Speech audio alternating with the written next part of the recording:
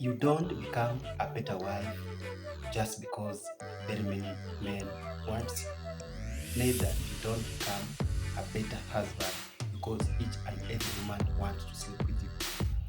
Join me today as we discuss about job hopping and why it should never be encouraged by any employer. My name is Ojala Steve.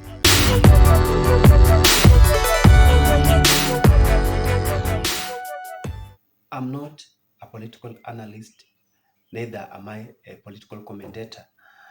But today I want us to discuss something little about politics. And my concern focuses on Nairobi governorship race. Our friend, our elder brother Igathe has joined the race for Nairobi governorship post. And we all know Igathe. I came to know Igathe when he became the deputy governor, and his abrupt, resignation, citing, frustration from his boss, who was then Governor Sonko Mike. And our brother was telling us that, it was difficult for him to earn trust from our governor. And now he's back. He wants the Nairobi people to elect him as the governor. I have been, reading about Igathe autobiography, and I see a brilliant, young man who has got all the qualities and skills to run the county of Nairobi. But my concern came when I started now seeing the job that he has done and the time frame that he was, he was in those jobs. And I realized that Igathe is somehow a job hopper. Job hopping is a pattern of changing companies every year or two on one's own volition rather than as a result of layoff or company closure. It is a situation whereby one moves from one job to another, maybe due to their high level of experience and their high level of skills. And some employers encourage this, while others don't. Of course, there are several pros of job hopping, like, for example, diverse skill set and also salary increase. But also we have got cons of job hopping. One major con of job hopping is job hopping syndrome. Job hopping syndrome is not kind of a disease, but it's a situation whereby now you develop a habit of jumping from one kind of job to another. This thing comes just automatically in you. You get employed to a certain job, you work there for 2 or 3 months, and you feel like, no, that job is not satisfactory, or maybe you are not getting what you intended to get from that job. So you just feel like you want to quit. That's what you call job syndrome.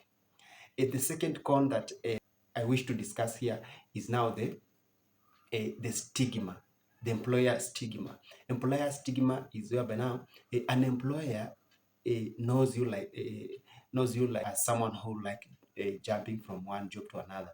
Of course, he has got your history, so the stigma comes into account whereby the employer feels like you are there for a reason and a purpose, and they feel like once you achieve your reason and purpose, you might leave them soon or later, and this one becomes expensive to them in terms of employing other staff members. Our friend Igathe is a learned person. He is a Kenyan businessman. He's a politician, and he's also a corporate executive. Notwithstanding his qualifications, his qualities, his skills of work, and all the experience that he has gathered from this all corporate world, my problem is when he becomes the governor of Nairobi. We know that when he was the deputy governor, as I said earlier, he cited frustrations from the governor, from the office of the governor, that Governor MikeSonko. that he did not have the capacity to earn the trust of the governor. So that led to his resignation. Now my question is, what if he doesn't earn the trust of people of Nairobi? Let's say, for example, he gets to the office, he works for 1 year, and then he feels like he's not earning the trust of people of Nairobi. Does it mean that he will have to resign? What if the governor, Igathe, then becomes frustrated with the MCAs? We know the members of county assemblies, how they are. Sometimes they feel like they are dissatisfied with you. We remember how the MCAs, frustrated Beatrice Alaji when he was in the office as the speaker. So sometimes the MCAs, they can come to your doorstep calling. So now when the governor Igathe then will not earn the trust of the MCAs, will he resign? My worry is because we all know in Kenya, the election period is very expensive. Electing a governor or even an MCA, it's a very expensive affair to our nation. So I'm just wondering if Igathe will be appointed in office, and then after 2 or 3 months or 2 years, he feels like he hasn't earned enough the trust of Nairobi, or he hasn't earned the Nairobi people, or even he hasn't earned the trust, because Nairobi is the city, and all eyes of the national government are there. It is the interest of our country. So what if the governor doesn't earn the trust of the then president? Will our good governor resign? We all know that when he resigned, of course, maybe the deputy governor will take up the mantle and run the county. But will it have done justice to the people of Nairobi? So, my good people, I don't have anything against our good able Igathe, whom we all know that he can run Nairobi County, just as he has earned this, he has run this corporate world where he has been employed. But that was my worry. That is still my worry.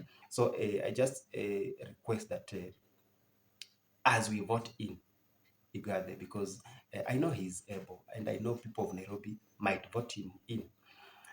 I just pray that he sits down and he delivers. You don't, a good leader is someone who doesn't work with emotions.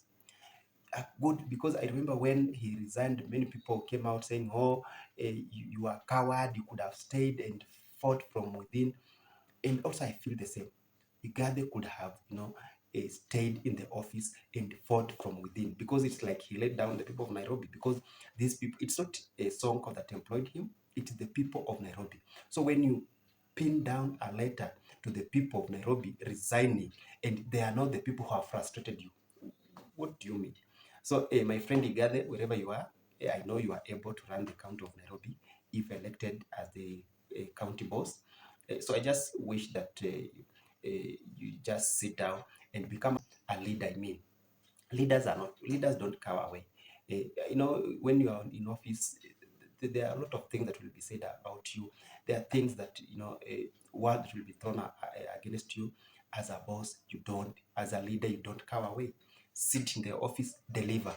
Wait for 5 years, then come out. Come out and start telling us the frustration you had in the office, but not pinning down a letter to resign, because that one is a sign of cowardice. And I know you understand this much more than I do. Or let's stop wasting the people of Nairobi. Others, thank you so much, and God bless you.